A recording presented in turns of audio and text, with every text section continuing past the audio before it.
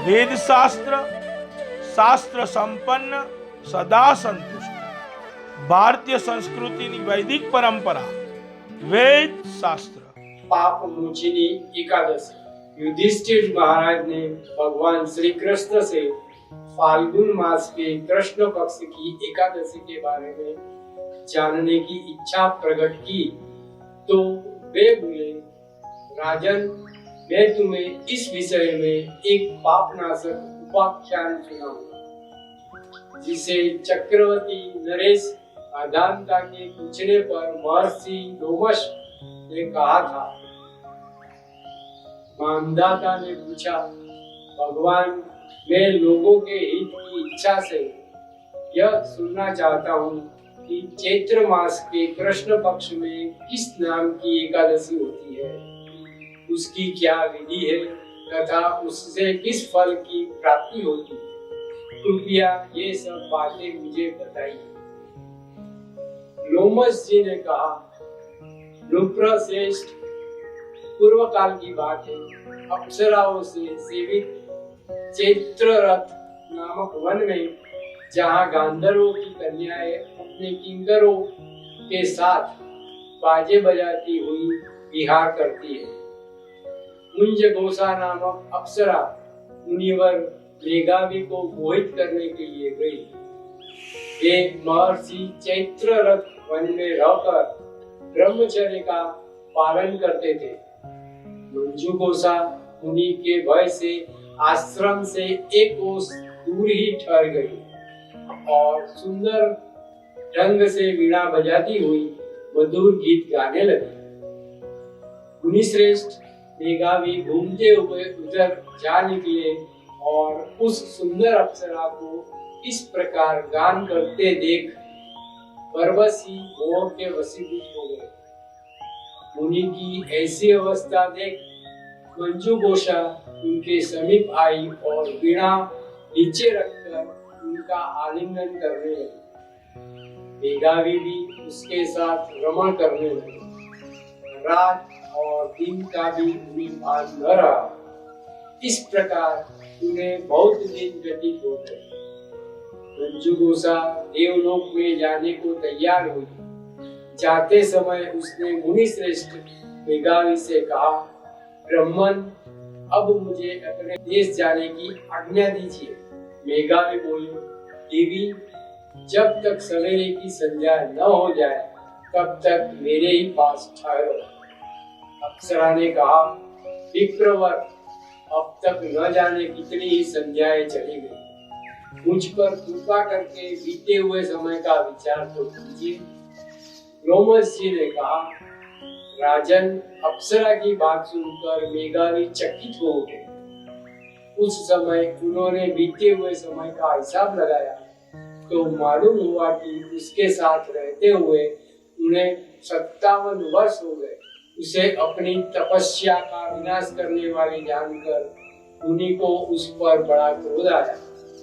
उन्होंने शाप देते हुए कहा, पापिनी, तू पिशाची हो जा।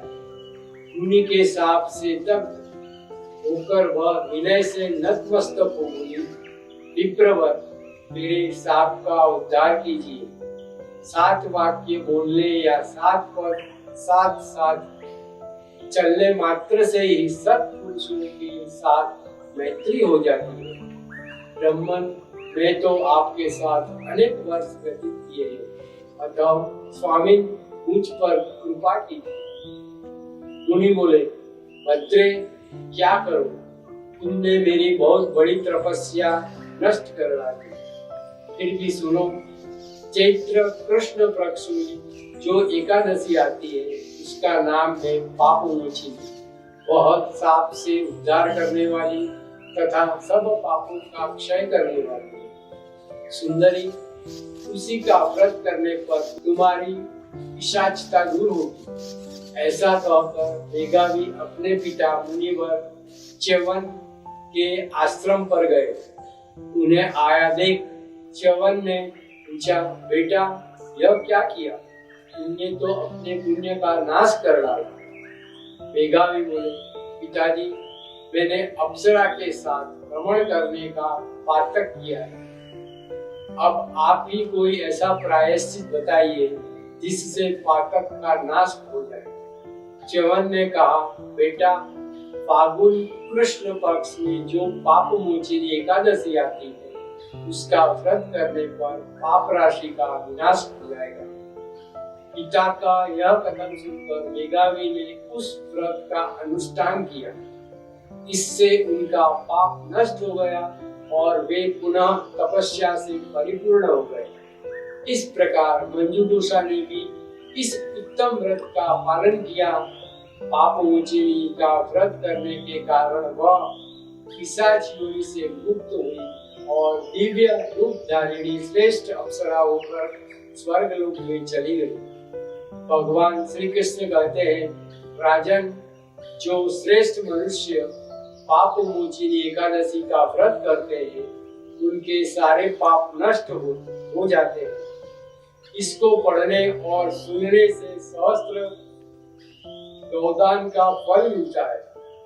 ब्रह्म हत्या, सुवर्ण की चोरी, सुरापान और गुरु पत्नी गमन करने वाले महापातक की भी इस व्रत को करने से पाप मुक्त हो जाते हैं। यह व्रत बहुत पुण्यमय है। मित्रों नमस्कार। क्या आपकी कुंडली के अंदर शनि और चंद्र से विषयोग हो रहा है और वही विषयोग के कारण आपके जीवन में आपको जश की प्राप्ति नहीं मिल रही है? आप जो भी कार्य कर रहे हो सभी कार्य के अंदर कठिन परिश्रम करने के बाद भी आपको सफलता नहीं मिल रही है? क्या शनि और चंद्र के कारण आपको मेंटल डिप्रेशन है? तो इससे भी ज्यादा बात जानने के लिए और उसके निवारण के लिए आप वेद शास्त्र ज्योतिष कार्यालय का संपर्क करें। कॉन्टैक्ट नंबर दिया हुआ है, आज ही आप अपने अपॉइंटमेंट बुक करें।